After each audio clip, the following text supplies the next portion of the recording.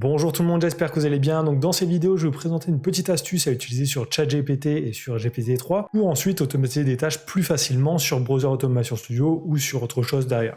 Donc c'est une petite astuce qui peut vous faire gagner pas mal de temps. Donc la vidéo devrait être assez rapide. Donc là je suis sur ChatGPT, alors ça fonctionne de la même façon sur GPT-3, donc c'est pour ça qu'on pourra l'automatiser avec l'API par la suite aussi.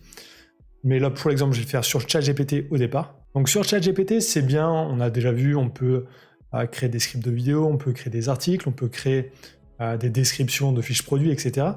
Donc là je mets un petit exemple, je lui demande de créer un podcast sur le prénom Alexandre, je lui donne quelques indications et je fais entrer. Et là il me tape directement le script du podcast que je pourrais créer derrière. Là je vais faire stop. Ce que l'on peut faire aussi c'est lui donner ça comme indication et lui dire aussi d'ajouter un titre, une description au podcast et d'ajouter des tags, par exemple pour mettre sur une plateforme.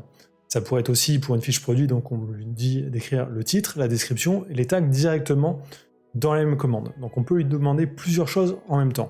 Par contre, s'il fait ça, il va mettre tout ça à la suite, et si nous on veut l'automatiser derrière, donc le récupérer, ça peut être assez compliqué. Donc pour récupérer ces titres, ces descriptions, ces tags, etc., dans des espaces définis, on peut lui demander un format, donc par exemple un format CSV ou un format personnalisé. Donc là à la fin de la commande, j'ajoute ici, ajoute le titre de la vidéo YouTube entre les balises titre et titre, ajoute 10 tags pour la vidéo YouTube entre tag et tag, ajoute la description de la vidéo YouTube entre description et description, et ajoute le podcast entre les balises texte et texte. Donc comme ça, il va me faire un format où tout sera déjà imbriqué dans des cases. Donc là, je mets tout ici, je fais entrer. On peut voir, il me met le titre avec les balises titres, il me met les tags avec les balises tags, etc. Donc tout est formaté. Et moi derrière, pour le récupérer dans Browser Automation Studio, c'est beaucoup plus simple. Je vais vous faire voir justement l'exemple juste après. Alors pendant que ça écrit aussi, j'ai vu qu'apparemment il cherche peut-être à créer une API pour ChatGPT. Alors je sais pas trop quel est l'intérêt vu qu'il y a déjà GPT-3. Peut-être que ça sera un API moins cher que GPT-3, vu qu'il prend en compte moins de paramètres sur ChatGPT. Ça on le verra dans le futur. Et je vous tiendrai au courant si ça sort. Donc là voilà, il m'a tout sorti, donc tout est bien formaté avec les balises que je lui ai données. Donc, comment on pourrait utiliser ça dans Browser Automation Studio? Donc dans Browser Automation Studio, là je me suis créé un petit script, donc là j'ai mis ma clé API pour GPT-3. Ensuite j'ai mis ma commande, donc là dans GPT-3, donc le module que j'ai créé sur Browser Automation Studio. Donc si je lance, ça me récupère du coup la réponse dans une variable que je vais pouvoir réutiliser. Ensuite, dans Browser Automation Studio, il y a une petite astuce pour justement séparer tout ça. C'est dans String, et ensuite Get Substring Between.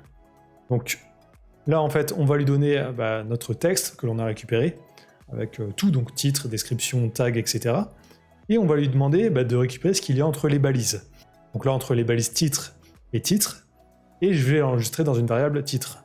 Donc là comme ça il va me prendre juste cette partie du texte et l'enregistrer dans une nouvelle variable. Ensuite je fais pareil avec les tags, les descriptions et le texte, donc le texte du podcast. Donc, comme ça je récupère tout ça dans des variables différentes. Donc là je peux retrouver tout ça ici. Ensuite, vu que j'ai tout séparé, je peux réutiliser toutes ces données pour en faire autre chose.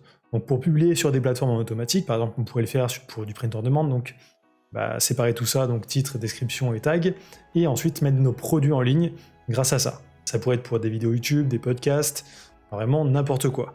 Là par exemple, j'ai récupéré le texte du podcast, et je l'envoie vers l'API de Microsoft Azure Text to Speech pour récupérer le MP3 avec la voix off. Là j'ai juste à attendre quelques secondes, et voilà, j'ai récupéré le MP3 que je peux aller écouter. Bienvenue à tous pour le pire podcast du monde. Aujourd'hui, nous allons parler du nom Alexandre. Alexandre est un nom très populaire, mais il est aussi très ennuyeux. Les gens qui portent ce nom sont souvent considérés comme des gens ennuyeux et sans intérêt. Mais ce n'est pas tout. Etc. Donc voilà. Donc bien sûr, le petit inconvénient, c'est quand même qu'on est limité en nombre de caractères que l'on peut générer grâce à l'API d'OpenAI. Donc ça serait pas mal si derrière en plus ils augmenteraient la limite, comme ça on pourrait vraiment créer du contenu assez long grâce à ça. Mais en tout cas, si vous avez besoin de créer des descriptions de produits en masse et de les publier par la suite, ça peut être assez utile comme automatisation.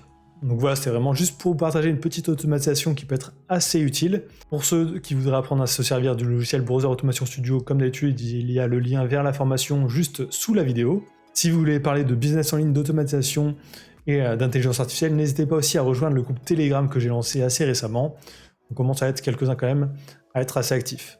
Donc voilà pour cette petite astuce. Si vous êtes arrivé jusqu'ici dans la vidéo, tapez Alors tapez OpenAI dans les commentaires, ça me permet de voir si les gens regardent bien jusqu'au bout les vidéos et ça m'aide aussi énormément pour le référencement.